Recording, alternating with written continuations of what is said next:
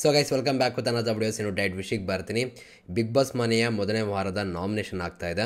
ಅದಕ್ಕೆ ಸಂಬಂಧಪಟ್ಟಂಗೆ ಒಂದು ಪ್ರೋಮೋ ಅಪ್ಡೇಟ್ ಮಾಡಿದ್ದಾರೆ, ನೋಡ್ಕೊಬರೋಣ, ಆಮೇಲೆ ಡೀಟೇಲಾಗಿ ಮಾತಾಡೋಣ ಬನ್ನಿ.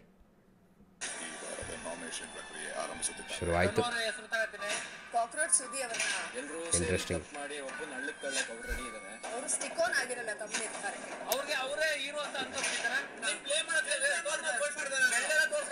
ಅಯ್ಯಯ್ಯೋ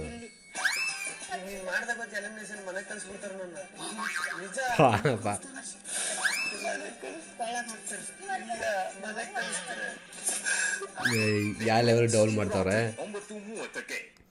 ಗಿಲ್ಲಿ ಇದಕ್ಕೆ ಇಷ್ಟ ಆಗೋದು ಅಂತ ಅನ್ಸುತ್ತೆ ಗುರು. ಸೀರಿಯಸ್ ವಿಷಯನೂ ಎಷ್ಟು ಫನ್ನಿಯಾಗಿ ಮಾಡ್ಕೊಂಡು ಯಾವುದು ಕೂಡ ಸೀರಿಯಸ್ ತಗೊಳ್ಳೋದಂತೆ ತಮ್ಮ ಆಟನ ಆಡ್ಕೊಂಡು ಹೋಗ್ತಿದ್ದಾರೆ. ಇಂಟ್ರೆಸ್ಟಿಂಗ್ ಅಂತ ಅನಿಸುತ್ತೆ. ಆ್ಯಂಡ್ ಒಂದು ವಿಷಯ ನಿಜವಾಗ್ಲೂ ಇಲ್ಲಿ ಬೇಜಾರಾಗ್ತಿರೋದು ಏನಂದರೆ, ಬಿಗ್ ಬಾಸ್ ಅವ್ರ ಹತ್ರ ಕಂಟೆಂಟ್ ಇಲ್ಲ ಅಂತ ಅನಿಸಿದೆ. ಇವಾಗ ನೀವು ಬೆಳಗ್ಗೆ ಪ್ರೋಮೋ ಏನು ಅಪ್ಲೋಡ್ ಮಾಡಿದ್ರು ಅದರದ್ದು ಅರ್ಧ ಇಲ್ಲೇ ಇದೆ ಅಂತಲೇ ಹೇಳ್ಬೋದು. ಅಟ್ಲೀಸ್ಟ್ ಬಿಗ್ ಬಾಸ್ ಅವರು ನಾಮಿನೇಷನ್ ನಡೆಸಿದಾರಲ್ಲ, ಸೊ ಈ ಪ್ರಕ್ರಿಯೆ ನಡೆದಿದ್ದಲ್ಲ, ಸೊ ಇಲ್ಲಿ ತುಂಬ ಜನ ತಗೊಂಡ್ರು ಅಂತ ನೇಮ್ಗಳನ್ನೇ ಮೇನ್ ಎಲಿಟಾಗಿಟ್ಟು ಸ್ವಲ್ಪ ಇಂಟ್ರೆಸ್ಟಿಂಗ್ ಆಗಿ ಪ್ರೋಮೋ ಕ್ರಿಯೇಟ್ ಮಾಡಿದ್ರೆ ಚೆನ್ನಾಗಿರ್ತಾ ಇತ್ತು. ಗೊತ್ತಿಲ್ಲ ಅಲ್ಲಿರುವಂಥ ಸ್ಪರ್ಧಿಗಳು ಆ ಥರ ಇಂಟ್ರೆಸ್ಟಿಂಗ್ ಆಗಿ ಬರೋವಂಥ ರೀತಿ ಮಾತಾಡಿಲ್ವೋ ಏನೋ ಗೊತ್ತಿಲ್ಲ. ಇವತ್ತಿನ ಎಪಿಸೋಡ್ ನೋಡ್ರೆ ಗೊತ್ತಾಗುತ್ತೆ. ಆ್ಯಂಡ್ ಲಾಸ್ಟಲ್ಲಿ ಮಲ್ಲಮ್ಮ ಮತ್ತು ಗಿಲ್ಲಿ ಇವರಿಬ್ಬರನ್ನ ಆ್ಯಡ್ ಮಾಡಿದ್ದಾರೆ. ಗಿಲ್ಲಿಯವರಿಲ್ಲ ಅಂದರೆ ಪ್ರೋಮೋನೇ ಕಂಪ್ಲೀಟ್ ಆಗೋಲ್ಲ. ಮಲ್ಲಮ್ಮ ಅವ್ರಿಗೂ ಸ್ವಲ್ಪ ಕಾಂಟ್ರಿಬ್ಯೂಷನ್ ಇದೆ ಈ ಸೀಸನ್, ಓಕೆನಾ. ಬಟ್ ಮಿಕ್ದವರೆಲ್ಲ ಏನು ಮಾಡ್ತಾವ್ರೆ ನಿಜವೂ ಅರ್ಥ ಆಗ್ತಿಲ್ಲ. ಆ್ಯಂಡ್ ಜೊತೆಗೆ ಗಿಲ್ಲಿಯವರು ಪ್ರೋಮೋ ಆಗ್ಬೋದು, ಎಪಿಸೋಡ್ ಆಗ್ಬೋದು, ಪ್ರತಿಯೊಂದರಲ್ಲೂ ಅವರೇ ಕಾಣಿಸ್ಕೊತಿರೋಂಥದ್ದು. ಈ ಸೀಸನ್ ಅವ್ರೇನಾರು ಇರಲಿಲ್ಲ ಅಂದರೆ ನಿಜವಾಗ್ಲೂ ಈ ಸೀಸನ್ ಕಂಪ್ಲೀಟ್ಲಿ ಫ್ಲಾಪ್ ಅನ್ನೋ ಫೀಲ್ ಆಗ್ತಿತ್ತು. ಅಟ್ಲೀಸ್ಟ್ ಈ ವಾರ ಕಂಪ್ಲೀಟ್ ಫ್ಲಾಪ್ ಆಗ್ತಿತ್ತು ಅಂತ ಅನಿಸುತ್ತೆ. ಬೇರೆಯವ್ರು ಏನು ಮಾಡ್ತಿದ್ದಾರೆ ಅಂತ ಅರ್ಥ ಆಗ್ತಿಲ್ಲ. ಬೇಗ ಓಪನ್ ಅಪ್ ಆಗಿ ಸ್ವಲ್ಪ ಕಂಟೆಂಟ್ ಕೊಟ್ಟರೆ ಚೆನ್ನಾಗಿರುತ್ತೆ. ಸ್ವಲ್ಪ ಇವಾಗ ಓಪನ್ ಅಪ್ ಆಗಿ ಒಂದಿಷ್ಟು ರಿಯಾಕ್ಷನ್ಗಳು ಬರ್ತಾ ಇದೆ, ನೋಡೋಣ ಮುಂದಿನ ದಿನ ಇಂಪ್ರೂವ್ ಆಗುತ್ತೆ ಏನು ಕತೆ ಗೊತ್ತಿಲ್ಲ.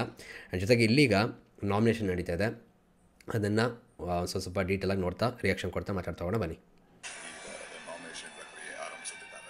ಆ್ಯಂಡ್ ಇಲ್ಲಿ ಇನ್ನೊಂದು ಏನಪ್ಪ ಅಂದರೆ, ಎಗೇನ್ ಮೊದಲು ಪ್ಯಾಟ್ರನ್ ಬಿಟ್ಬಿಟ್ಟಿದ್ದಾರೆ. ಸೀಸನ್ 10 ಏನು ಬಂತು ಓಪನ್ ನಾಮಿನೇಷನ್ ಅಂತದ್ದು, ಅದನ್ನೇ ಇಟ್ಕೊಂಡಿದ್ದಾರೆ. ಹಂಗಂದರೆ ಪಕ್ಕ ಈ ಸೀಸನ್ನು ಕೂಡ ಎಲ್ಲ ಓಪನಿಂಗ್ ನಾಮಿನೇಷನ್ಗಳೇ ಇರುತ್ತೆ ಅಂತ ಅನಿಸುತ್ತೆ.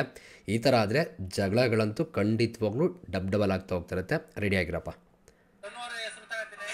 ಚಂದ್ರಪ್ರಭಾ ಅವರು ಹೆಸರು ತೊಗೊಂಡಿದ್ದಾರೆ, ಧನುಷ್ ಗೌಡ ಅವ್ರದ್ದು. ಮೇ ಬಿ ನನ್ನ ಪ್ರಕಾರ ಇವಾಗ ಆಟ ಬಿಟ್ಕೊಡೋದಂತೆ ಅದು ರದ್ದಾಗಿದೆಯಲ್ಲ, ಸೊ ಆ ಕಾರಣಕ್ಕೆ ತೊಗೊಂಡಿದ್ದಾರೆ ಅಂತ ಅನಿಸುತ್ತೆ.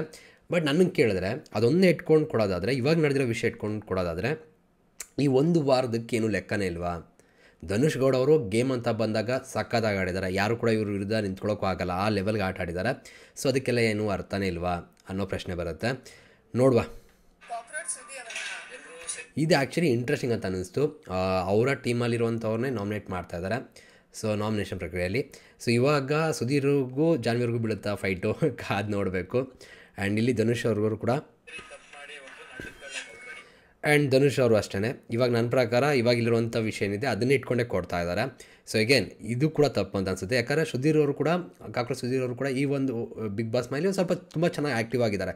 ಮೇನಾಗಿ ಅವ್ರ ಕಡೆಯಿಂದ ಕಂಟೆಂಟ್ ಸಿಗಲಿಲ್ಲ ಅಂದರೂ ಕೂಡ ಆ್ಯಕ್ಟಿವ್ ಆಗಂತೂ ಎಲ್ಲರ ಜೊತೆ ಚೆನ್ನಾಗಿರೋದನ್ನ ನಾವು ನೋಡಿದ್ದೀವಿ. ಅಟ್ಲೀಸ್ಟ್ ಕಾಣಿಸ್ಕೊತಿರ್ತಾರೆ ಯಾವಾಗಲೂ ಕೂಡ.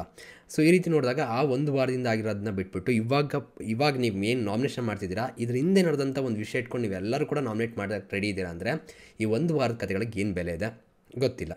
ಉತ್ತರ ಅವರೇ ಕೊಡಬೇಕು. ಇದು ಇಂಟ್ರೆಸ್ಟಿಂಗ್ ಆಗಿದೆ. ಈ ಡೈಲಾಗ್ ಏನು ಕೇಳಿರ್ಬೋದು ಅಂತ ಕುತೂಹಲ ಇದೆ, ನೋಡೋಣ.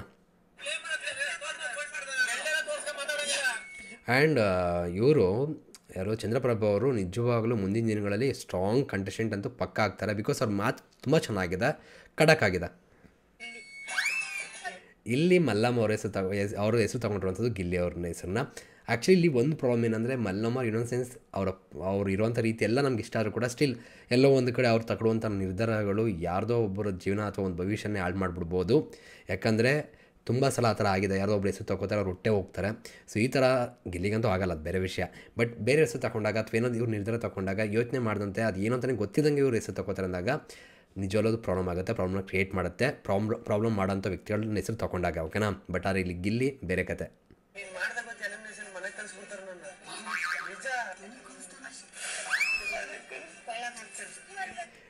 ನಿಜ ಹೇಳ್ತೀನಲ್ಲ, ಪ್ರತಿಯೊಂದು ವಿಷಯದಲ್ಲೂ ಕೂಡ ತಮಾಷೆನ ಕ್ರಿಯೇಟ್ ಮಾಡುವಂತಹ ಒಂದು ಕ್ರಿಯೇಟಿವಿಟಿ ಎಲ್ಲರಿಗೂ ಬರಲ್ಲ, ಅದು ಗಿಲ್ಲಿಯವ್ರಲ್ಲಿದೆ. ಸಖತ್ ಅಂತಲೇ ಹೇಳ್ಬೋದು. ಈ ವ್ಯಕ್ತಿ ಇಲ್ಲಾಂದರೆ ಈ ಸೀಸನ್ ಸಿಕ್ಕಾಪಟ್ಟೆ ಬೋರಿಂಗ್ ಹೊಡಿಯೋದು ಗುರು. ಮಲ್ಲಮ್ಮ ಸಮಾಧಾನ ಮಾಡ್ತಾವ್ರೆ, ಮಲ್ಲಮ್ಮ ಅವರು ಗಿಲ್ಲಿ ಕಣ್ಣೀರು ಹಾಕೋ ರೀತಿ ನಾಟಕ ಮಾಡ್ತಾವ್ರೆ. ಅಟ್ಲೀಸ್ಟ್ ಇಂಥವೇ ಸ್ವಲ್ಪ ನಮಗೆ ಬೆಟರ್ ಫೀಲ್ ಕೊಡ್ತಿರೋದು ಈ ಸೀಸನ್ನು. ಇಲ್ಲ ಅಂದರೆ ಇನ್ನೂ ಖರಾಬಾಗಿರ್ತಿತ್ತು.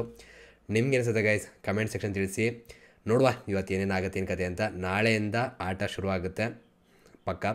ಏನಿರುತ್ತೆ ಏನು ಕತೆ ನಾಳೆ ನೋಡೋಣ, ಸಿಗೋಣ ಮತ್ತೆ. Thank you guys, love you guys, bye.